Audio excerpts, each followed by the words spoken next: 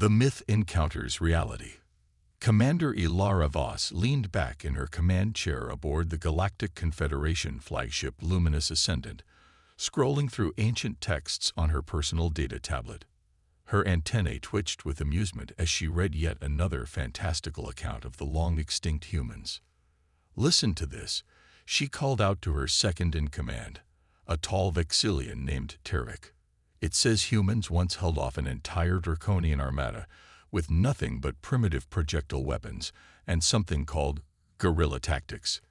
Can you imagine?" Tarek's crystalline skin shimmered as he chuckled.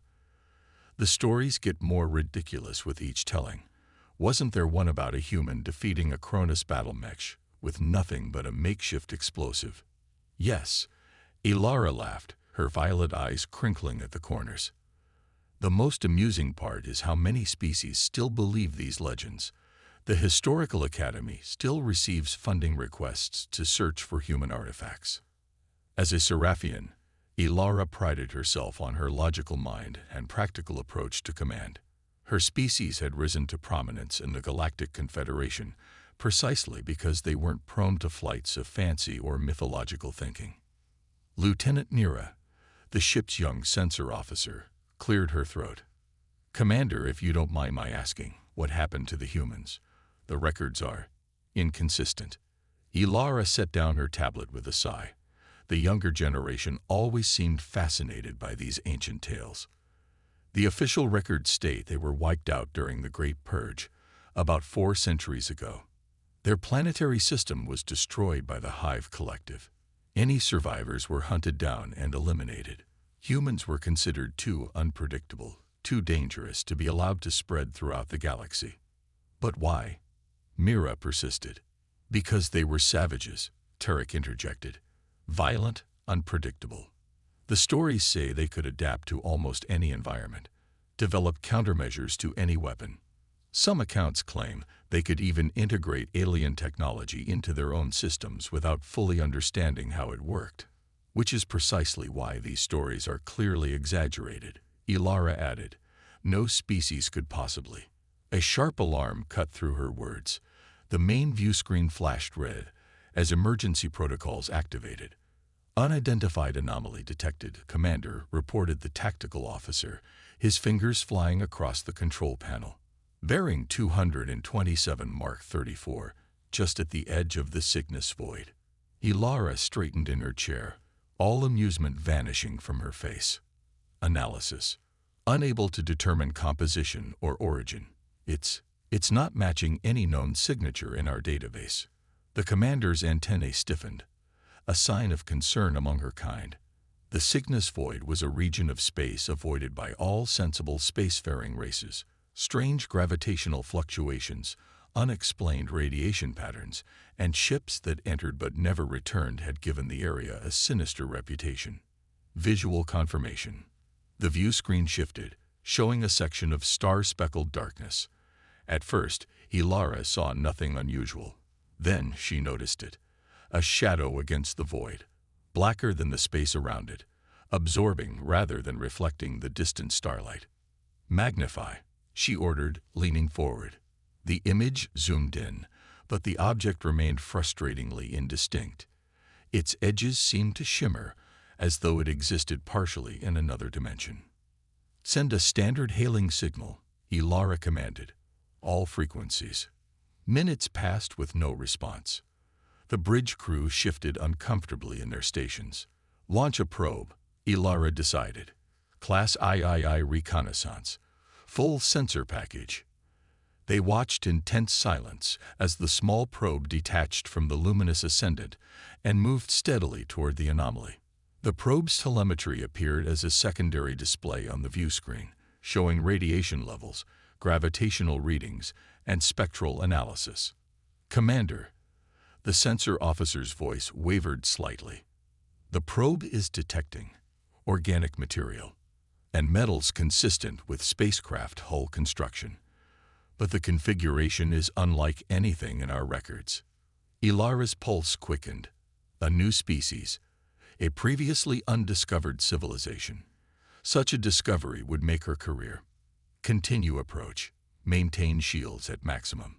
As the probe drew closer to the shadow, its sensors began registering increasingly bizarre readings. Temporal distortions, energy patterns that defied conventional physics. And then, abruptly, the probe's signal cut out. What happened? Ilara demanded. Unknown, Commander. Last telemetry showed an energy spike, and then, before the officer could finish, the main view screen flickered. The image of the void disappeared, replaced by static, then darkness. A single point of light appeared at the center of the screen, expanding slowly until it formed what appeared to be. "Is that an eye?" whispered Mira. Indeed, staring out at them from the view screen was what unmistakably resembled a human eye. It blinked once, twice, and then the image pulled back to reveal a face that sent shockwaves of disbelief through the bridge crew. The being looking at them had no scales, no fur, no crystalline skin or carapace. Its skin was smooth and pale, with dark hair cropped short above piercing blue eyes. It was, impossibly, a human. "This is Captain James Alexander Harper of the Terran vessel Shadowblade," the human spoke, its voice deep and clear. "You are trespassing in restricted space. Identify yourselves immediately." Ilara felt as though the gravity had increased tenfold. Her limbs were heavy, her thoughts sluggish with shock. Humans were extinct, wiped out centuries ago. This was impossible. She struggled to find her voice. "I am Commander Ilara Voss of the Galactic Confederation flagship Luminous Ascendant. We detected an anomaly, and were investigating as per standard protocol." The human's expression remained impassive. "Galactic Confederation. Interesting. According to our records, your organization should not exist for another 73 years. Murmurs of confusion spread across the bridge. Ilara silenced them with a sharp gesture. "I don't understand. Humans were destroyed during the Great Purge. There are no surviving colonies, no outposts. You cannot be here." A cold smile spread across the human's face. "And yet, here I am. The question you should be asking, Commander Voss, is not how we survived, but why we allowed the galaxy to believe we didn't." The view screen suddenly expanded, showing not just the human's face, but the bridge of his vessel. It was unlike any command center Ilara had seen. Sleek, minimal, with stations that seemed to meld seamlessly with the operators. And those operators, some appeared human, but others were clearly something more. Cybernetic enhancements gleamed at temples and wrists. Eyes glowed with unnatural light. "We've been watching," Captain Harper continued. "Waiting. And now, it seems our waiting is at an end." As if on cue, the sensors began screaming alerts. The shadow in space was moving, revealing itself as it emerged fully from whatever dimensional pocket had concealed it. What materialized before them was a warship of impossible proportions, its hull black as the void but etched with lines of pulsing blue energy. "By the Celestial Mothers," Tarek whispered. "It's bigger than a dreadnought." The massive vessel seemed to absorb the starlight around it, creating an unnatural darkness that expanded outward. Smaller craft began emerging from its sides, sleek, predatory vessels that moved with uncanny precision. "What do you want?" Ilara managed to ask, fighting to keep her voice steady. Captain Harper's expression turned grim. "What we've always wanted, Commander. Survival. The right to exist without fear of extinction. But now we need something more. We need allies." "Allies? Against what?" "Against what's coming," the human replied cryptically. "The real reason we disappeared. The threat that looms beyond the edge of known space. A threat your Confederation is woefully unprepared to face." Before Ilara could respond, the tactical officer shouted in alarm. "Commander, multiple spatial distortions forming around us. Energy signatures unlike anything I've ever seen." The view screen split to show what the exterior cameras were capturing. The void of space itself seemed to be tearing open, revealing glimpses of something beyond, something that made Ilara's blood run cold. "They found us," Captain Harper stated flatly. Sooner than expected. Make your choice quickly, Commander Voss. Stand with humanity or face extinction alone. As the spatial rifts widened, revealing monstrous shapes that defied comprehension, Ilara realized that every human legend she had dismissed might have been true after all, and perhaps even understated. The myths had returned, and they were humanity's last hope. The truth behind the shadows. Alarms blared throughout the luminous ascendant as the spatial rifts continued to expand. Through the tears in reality, Ilara glimpsed writhing tendrils of darkness, punctuated by what looked like eyes. Thousands of lidless, unblinking eyes that seemed to stare directly into her soul. Shields at maximum, she ordered, even as she knew their defenses were likely useless against whatever was emerging. Tactical, analyze those distortions. Science Officer Renar, I need information on these entities. Commander, Captain Harper's voice cut through the chaos. You don't have time for analysis. Those are void harbingers, psychic predators from the space between dimensions. Your shields might as well be tissue paper. The human captain's face remained on one portion of the view screen, calm amid the growing crisis. I'm sending coordinates to your navigation system. Bring your ship alongside the Shadowblade. We can extend our phase shift field to protect you. Ilara hesitated. Trust a human. A being from a species thought extinct, commanding technology beyond anything in the Confederation's arsenal. But as the first tendril of darkness lashed out, passing through their shields like they weren't even there and scoring a deep gash in the ship's hull, her decision was made. Navigation, take us to those coordinates. Maximum thrust. The luminous ascendant surged forward, accelerating toward the massive human vessel. Behind them, the spatial rifts continued to widen, disgorging more of the horrific entities. They moved like liquid shadow, flowing through space in defiance of natural law. 30 seconds to intercept, reported the navigation officer. They're pursuing, added Tarek, his crystalline face reflecting the emergency lights. Closing rapidly. As they approached the Shadowblade, Ilara saw the human vessel's hull shimmer with an iridescent field. The massive ship fired what appeared to be pulses of concentrated light, not at the pursuing entities but at the space around them. Each pulse seemed to momentarily stabilize reality, forcing the rifts to contract. 15 seconds. A violent impact rocked the luminous ascendant. One of the tendrils had wrapped around their starboard engine nacelle, the touch of it causing metal to corrode and electronics to fail. Engine 2 offline. Losing speed. 10 seconds. Another impact. Emergency bulkheads slammed shut throughout the ship as atmosphere began venting from multiple breaches. 5 seconds.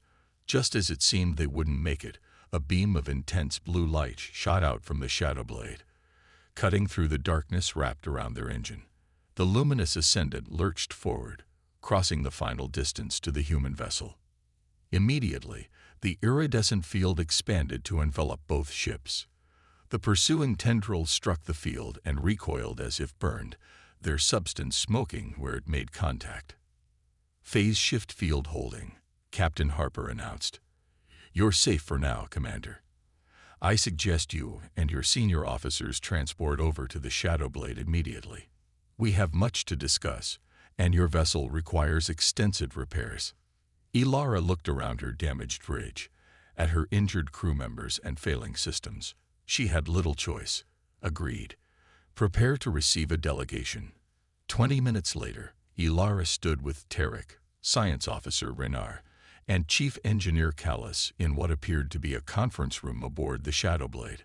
The room was austere but elegant, featuring a large oval table of some polished black material that seemed to absorb light. The door slid open silently, and Captain Harper entered, accompanied by 3 other figures. One appeared fully human, an older female with silver hair and calculating eyes. The second was clearly cybernetically enhanced, with visible tech integrated into his skull and right arm. The third wasn't human at all, but a species Ilara didn't recognize, tall and willowy with pearlescent skin and 6-fingered hands. Commander Voss, Harper nodded formally. Allow me to introduce Admiral Helena Chen, Chief of Strategic Operations, Major Marcus Reed, Tactical Lead, and Ambassador Xylith of the Lumidari Collective, our allies. Ilara inclined her head in acknowledgement, while her mind raced. The Lumidari were a legendary species themselves, supposedly ascended to a higher plane of existence millennia ago. I believe explanations are in order, she said firmly, beginning with how humanity survived the Great Purge and what those things are that attacked us. Harper gestured for everyone to sit. As they did, a holographic display activated in the center of the table, showing a three-dimensional galaxy map. The official history of the galaxy, Harper began, is a carefully constructed fiction. Humanity was never purged. We chose to disappear. Impossible, Tarek interjected. The destruction of Sol system is well documented. The asteroid bombardment of Earth was staged. Admiral Chen cut in, her voice sharp with authority.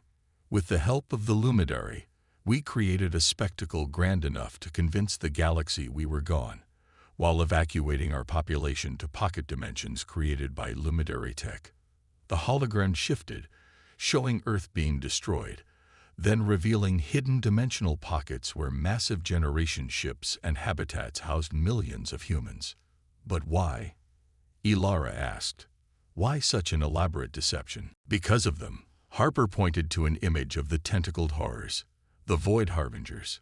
400 years ago, our deep space explorers encountered them at the edge of the galaxy. We learned they were attracted to certain types of consciousness, specifically the kind humans possess. Our minds are like beacons to them.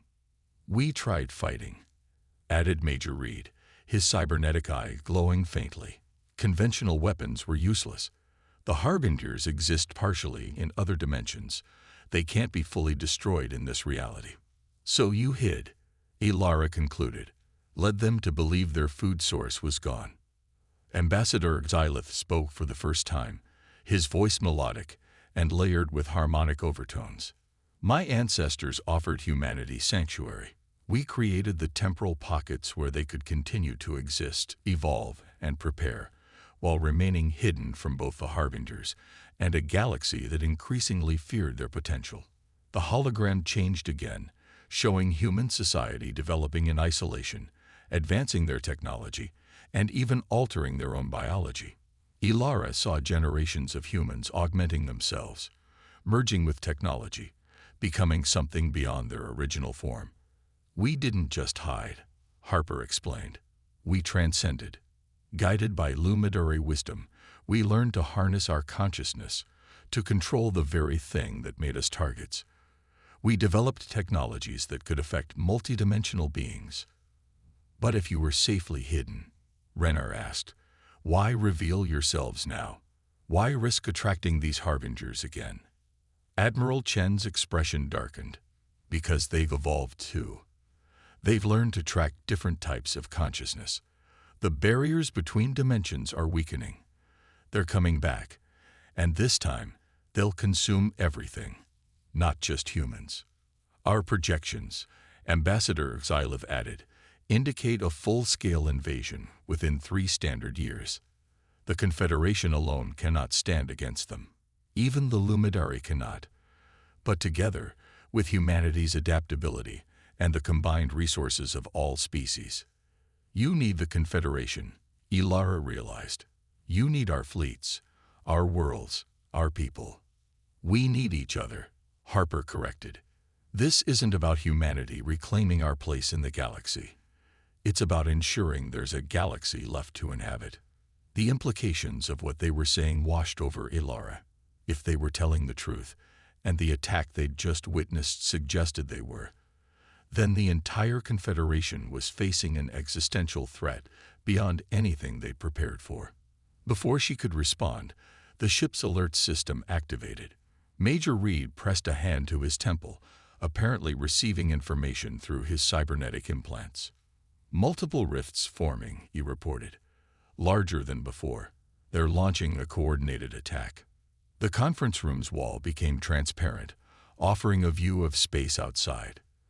The Shadowblade's phase shift field glimmered as dozens of spatial tears opened around them, disgorging hundreds of the shadow entities. "They found our dimensional pocket," Admiral Chen said grimly. "Sooner than expected." Harper turned to Ilara, his expression intense. "We need your answer now, Commander. Will the Confederation stand with humanity against the Harbingers, or do we face extinction separately?" Ilara watched as the human vessels moved into defensive formations, their weapons charging. These weren't the primitive savages of legend. They were a species that had faced apocalypse and transformed themselves to survive it. A species that, despite having every reason to resent the galaxy that had celebrated their supposed extinction, was now offering an alliance. "The Confederation will stand with humanity," she declared, surprising herself with the conviction in her voice. "But they'll need proof, just as I did." Harper nodded, a hint of relief showing through his stoic demeanor. "Then we'll give them proof." He turned to Reed. "Deploy the dimensional anchors. All units prepare for phase shift combat." Through the transparent wall, Ilara watched a smaller craft launched from the Shadowblade, each carrying what looked like spires of crystalline material. As the spires activated, the fabric of space around them seemed to stabilize, forcing the Harbingers to fully materialize in their dimension, making them vulnerable. "Now," Harper ordered, "show Commander Voss what humanity can do." The human fleet surged forward, weapons firing streams of energy that shifted between states of matter, between dimensions. Where the weapons struck the now materialized Harbingers, the creatures screeched in pain, a sound that somehow traveled through the vacuum of space directly into Ilara's mind. "This is just the beginning," Admiral Chen told her as they watched the battle unfold. "A skirmish compared to what's coming. But together, we might just have a chance." As the human vessels systematically drove back the Harbingers, sealing the spatial rifts with technology Ilara could barely comprehend, she thought about all the legends she had dismissed. All the stories of human ingenuity, adaptability, and unexpected strategies she had laughed at. Now, watching them fight beings from beyond reality itself, she understood. Humans hadn't needed the galaxy's belief to survive. They had needed only their own indomitable will and the courage to transform themselves in the face of extinction. When this was over, if they survived, the galaxy would have new legends to tell, and Ilara would never doubt them again. The end.